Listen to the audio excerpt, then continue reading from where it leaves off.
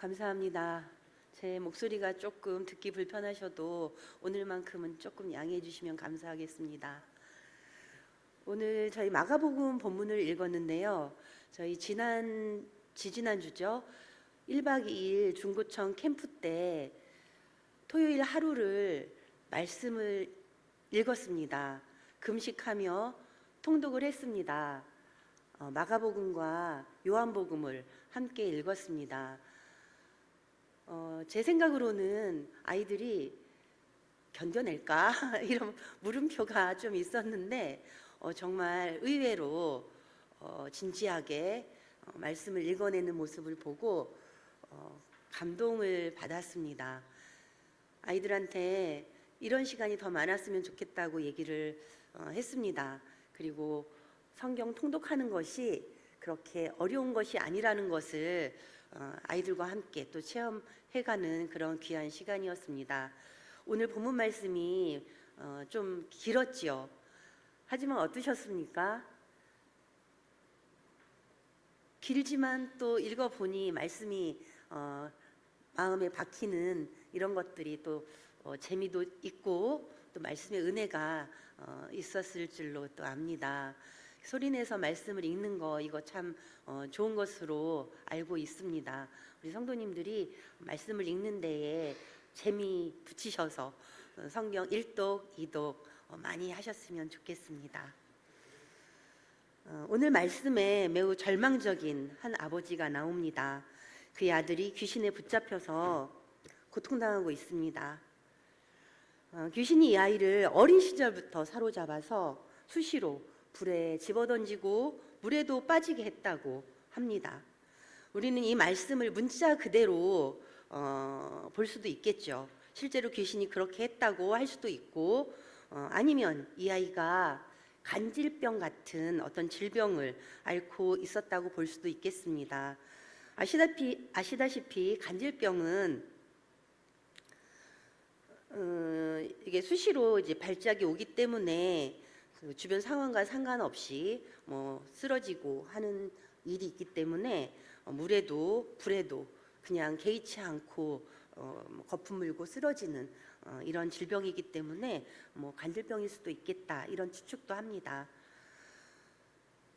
어쨌든 성경을 기록한 그 당시 사람들에게 갑자기 사람이 발작을 하면서 거품 물고 불이나 물에 막 쓰러지는 이런 일들은 매우 이상하기도 하고 두려운 일이기도 했을 것입니다. 당연히 귀신이 그를 사로잡아서 죽이려고 한다고 이렇게 생각해 볼 수도 있었을 것입니다. 어느 편이든지 간에 이런 아들을 바라보는 아버지는 절망스럽기만 합니다. 아들의 고통을 해결해 주고 싶은 그런 간절한 마음으로 아들의 치료를 위해서 모든 노력을 다했을 것입니다. 좋다는 약을 다 먹여봤겠죠. 용하다는 의사도 찾아가 봤겠죠. 귀신을 쫓아내려고 기도도 열심히 하고 여러 가지로 방법을 찾아서 치료해 보려고 했을 것입니다. 하지만 아무 소용이 없었습니다. 이 불쌍한 아버지는 마침내 예수님을 찾아옵니다. 그런데 하필 이때 예수님은 기도하러 산에 올라가 계셨고 제자들만 남아 있었습니다. 제자들이 이 아이를 위해서 기도했지만 아이는 치료되지 않았습니다. 한 가닥 희망을 가지고 찾아왔던 아버지는 올 때보다도 더한 절망에 빠지게 됩니다. 바로 그때 예수님이 내려오시는 것을 본 아버지는 외칩니다. 예수여, 무엇이든 하실 수 있거든 우리를 불쌍히 여기사 도와주옵소서. 예수님이 대답하십니다. 할 수 있거든이 무슨 말이냐? 믿는 자에게는 능치 못할 일이 없느니라. 이에 아버지가 대답합니다. 내가 믿나이다. 나의 믿음 없는 것을 도와주소서. 그러자 예수님이 그 아이를 고쳐주셨고 귀신은 쫓겨나가고 아이의 정신은 온전해지고 아버지의 얼굴에는 웃음이 가득 찼습니다. 고통과 슬픔으로 시작한 이야기지만 기쁨과 웃음으로 끝나는 그런 이야기입니다. 우리는 오늘 본문 말씀을 여러 각도에서 생각해 볼 수 있습니다. 먼저 이 아이의 비참한 형편을 보면서 선하신 하나님이 다스리는 세상에 왜 이런 고통이 가득한 것일까? 이렇게 물어볼 수도 있습니다. 또한 예수님은 아이를 고칠 수 있었는데 왜 제자들은 아이를 고치지 못했을까? 질문해 볼 수 있습니다. 그런가 하면 예수님은 아이를 고치신 후에 이렇게 말씀하셨죠. 기도 외에는 이런 종류가 나갈 수 없다. 이 말씀을 통해서 기도의 능력에 대해서도 우리가 생각해 볼 수가 있겠습니다. 하지만 저는 오늘 26절 말씀, 내가 믿나이다, 나의 믿음 없음을 도와주소서, 이 말씀이 가슴에 꽂혔습니다. 그리고 이 구절을 읽을수록 이게 오늘을 살아가는 저의 문제, 그리고 그리스도인으로 오늘을 살아가는 우리 그리스도인들의 문제, 우리 시대의 문제가 아닐까, 이런 생각을 해보게 됩니다. 우리 역시 이 아버지처럼 믿습니다 라고 고백합니다. 그리고 믿지 못하겠습니다 라는 고백을 반복하면서 살아가고 있는 건 아닌가 생각해 보게 됩니다. 먼저 우리는 믿습니다. 하나님이 계심을 믿습니다. 또 하나님이 사랑이시고 세상을 선하게 이끌어 가신다는 것도 믿습니다. 세상의 수많은 고통과 눈물과 실패에도 불구하고 하나님의 사랑, 하나님의 승리가 최후의 말이라는 것을 우리는 믿습니다. 그래서 우리는 기도합니다. 뜻이 하늘에서 이루어진 것 같이 이 땅에서도 이루어지이다. 하지만 동시에 또 우리는 믿지 못합니다. 때로 하나님이 정말 계신가 하는 의심을 갖고 있습니다. 또한 이 하나님이 사랑이시며 세상을 선하게 이끌어 가시는가를 받아들이기 어려울 때가 종종 있습니다. 특히 인생길에서 어둠이 찾아오고 고난이 깊어질 때, 우리가 고통과 눈물, 죽음 앞에서 인생 최후의 말이 이런 말들이 아닐까라고 의심하게 되는 것입니다. 그래서 우리의 믿음은 의심 속의 믿음일 수밖에 없습니다. 믿지만 믿지 못하는 믿음, 이것이 우리의 믿음인 것입니다. 우리 성도님들의 모습은 어떻습니까? 만일 우리 성도님들이 다 아무런 의심도 없이 확고한 믿음만 갖고 있는 믿음의 사람들이라면 오늘 말씀이 별 의미가 없을 수도 있겠습니다.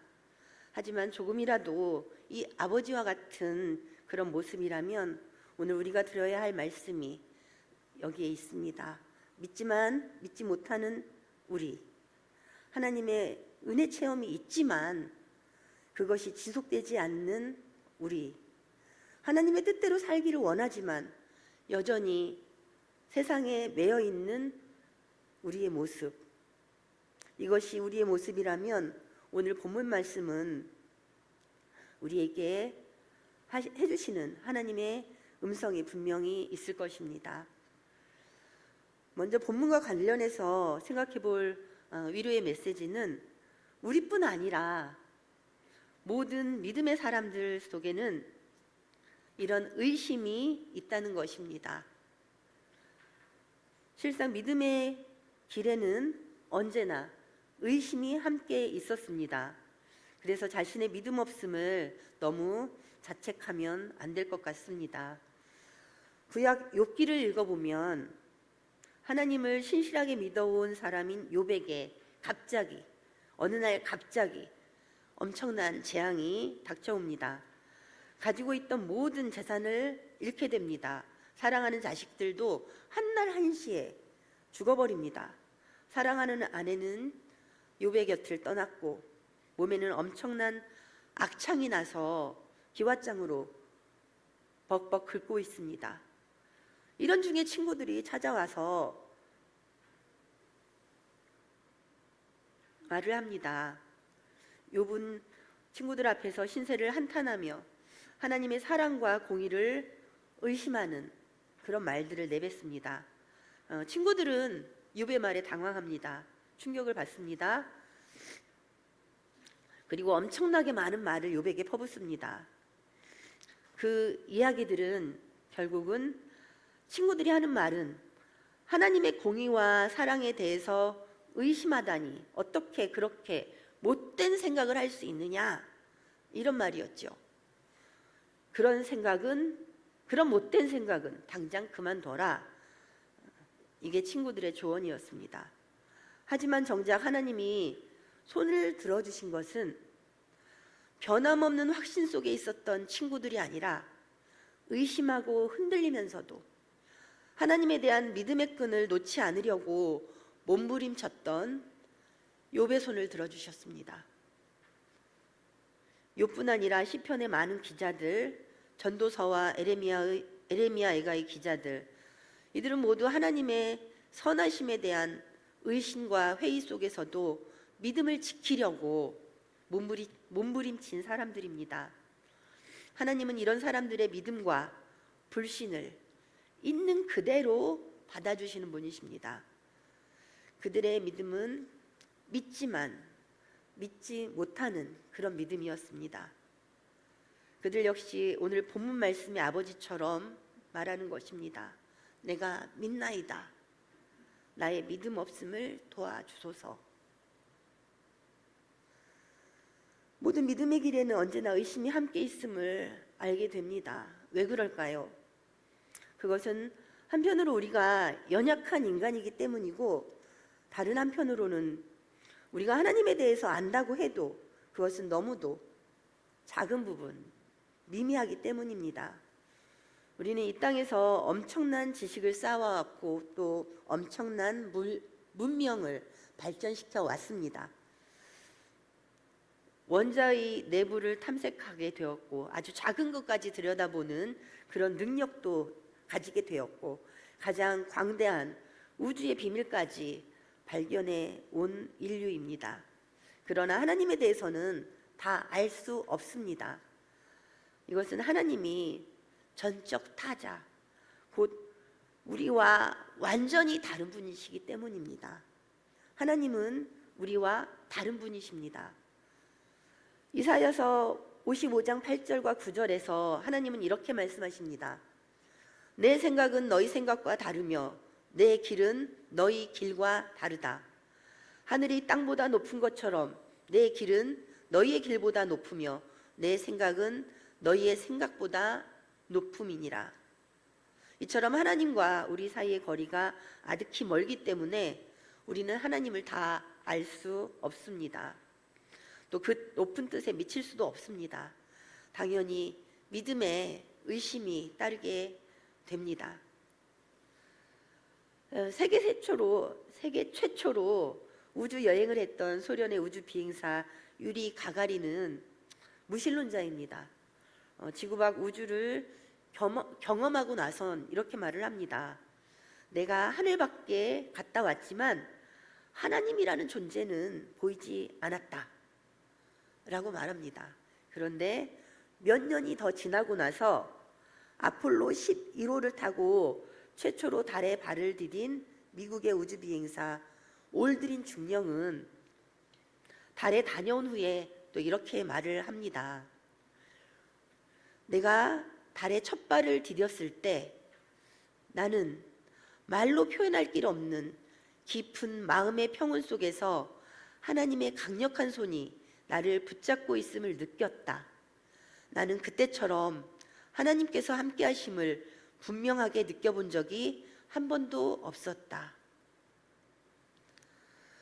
똑같이 우주선을 타고 지구를 떠나서 우주 여행을 한 사람들인데 한 사람은 하나님이 함께 하심을 가장 깊이 체험했다고 고백을 하고 또 한 사람은 하나님을 보지 못했다고 말을 합니다. 무슨 차이일까요? 결국 이것은 이성의 문제, 또 지식의 문제가 아니라는 것입니다.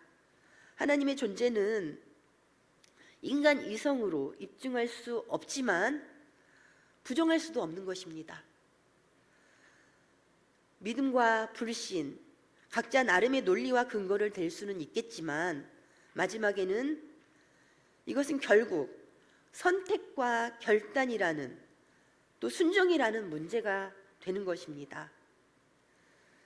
그래서 우리는 결국 이런 질문 앞에 이르게 됩니다. 하나님이 이해되지 않을 때에도, 하나님이 이해되지 않을 때에도 나는 하나님을 믿고 신뢰하는 길을 걸어갈 수 있는가? 이런 질문을 하게 됩니다. 성경 속의 모든 믿음의 사람들은 여기에 대해서 예라고 대답했습니다.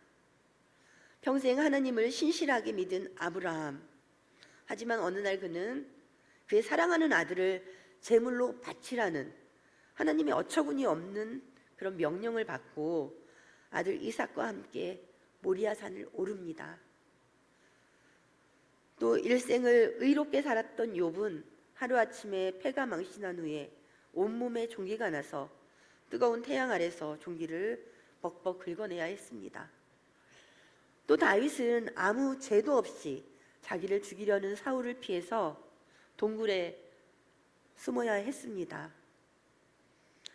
엘리야는 큰 승리를 한 후에 그 승리의 기쁨을 만끽하지도 못하고 사막으로 도망해야 했습니다. 모세 역시 마찬가지입니다. 광야 생활 40년 동안 이스라엘 백성들의 끊임없는 원망과 불평을 들어야만 했습니다. 이 모든 사람들은 하나님께서 침묵하고 계실 뿐 아니라 무관심하시며 심지어 적대적이라고 말하고 싶은 그런 위기의 순간을 경험한 사람들입니다. 그들은 혼란스럽고 또 아무것도 보이지 않는 암흑 속을 걸어가야 했습니다. 그 가운데서 그들은 실망하고 또 화도 내면서 하나님을 떠날 것인지 아니면 그 위기의 순간에도 믿음을 가지고 앞으로 나아갈 것인지 결정해야 했습니다. 그 가운데 그들은 모두 하나님을 신뢰하는 길을 선택했습니다. 그리고 이렇게 끊임없이 흔들리는 상황 속에서도 믿음을 선택했기 때문에 그들은 하나님의 사람이 되고 그들의 인격과 존재는 훨씬 더 아름답고 또 귀한 모습으로 바뀌었습니다. 그리고 우리가 본받을 만한 그런 믿음의 사람으로 우뚝 서게 되었습니다. 모든 의심을 넘어서서 또 때로는 그 의심 속에서도 믿음을 지켜나갔기 때문에 마침내 보석 같은 빛나는 하나님의 사람들이 될 수 있었던 것입니다.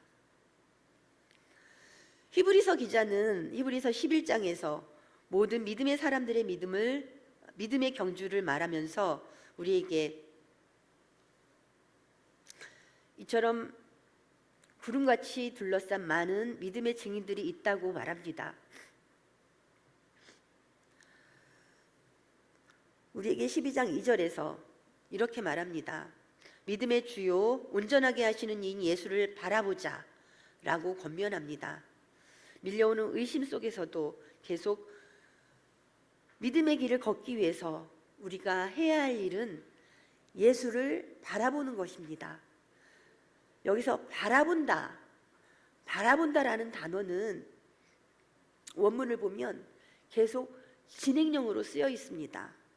어떤 한순간 바라보고 끝나는 것이 아니라 계속해서 바라보는 것입니다.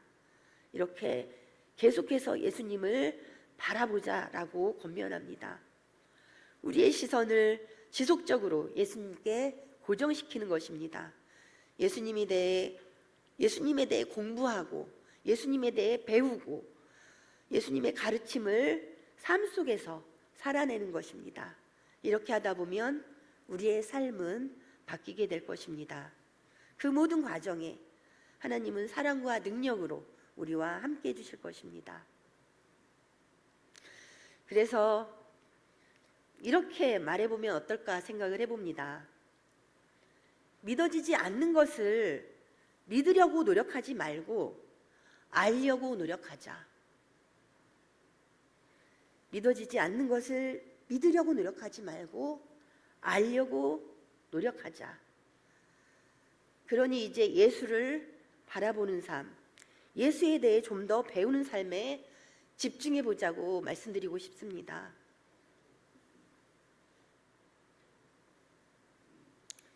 나는 믿음이 없어서 라고 말할 때가 있습니다. 나는 믿음이 없어서 라고 말하지 말고 예수님에 대해서 좀 더 알아가 봅시다. 성경을 더 많이 읽고 성경에 질문을 하고 그 답을 하나님께 구하는 그런 배움의 길을 우리가 날마다 살아갔으면 좋겠습니다. 성경이 말하는 삶을 우리가 한번 삶으로 살아보도록 노력해보면 어떨까요? 가령 내 이웃을 내 몸처럼 사랑하라, 이 말씀을 조금이라도 실천해 본다고 해봅시다. 그러면 두 가지를 우리는 발견하게 됩니다. 첫 번째로는 내가 그렇게 할 수 없다는 것을 알게 됩니다. 그러면서 나의 본질, 더 나아가서 우리 인간이 어떤 존재인지를 우리가 어떤 피조물이고 근본적으로 얼마나 깊은 죄인인지를 우리가 깨닫게 됩니다. 또 말씀을 실천하려고 하다 보면 조금씩이라도 그렇게 하다 보면 그 말씀이 진짜 진리의 말씀이어서 또 우리 생명의 말씀이어서 내 삶을 조금씩 바꾸어 간다는 것을 알 수가 있습니다. 이렇게 되기까지는 시간이 많이 걸리겠지요. 변화와 성숙, 이것이 한순간에 하루아침에 오는 것은 아니기 때문입니다. 우리의 실력도 건강도 성품도 긴 시간을 통해서 조금씩 쌓여가는 것입니다. 우리의 믿음도 마찬가지입니다. 그렇기 때문에 내가 믿나이다, 나의 믿음 없음을 도와주소서, 이 말은 우리 믿음의 사람들, 믿는 우리 모두의 기도일 수밖에 없습니다. 하지만 이 기도를 드리다 보면 언젠가 나는 이제 믿고 이전보다 더 잘 믿게 되었습니다 라는 고백을 하나님 앞에 드릴 때가 올 것입니다. 나와 세상 그리고 하나님이 보다 분명히 보여지는 그 순간이 오게 될 것입니다. 하나님의 뜻을 따라서 사는 삶이 어느 순간 편안해지는 그런 순간이 우리에게 올 것입니다. 이런 축복이 우리 모두에게 있기를 소망합니다. 기도하겠습니다. 하나님, 우리는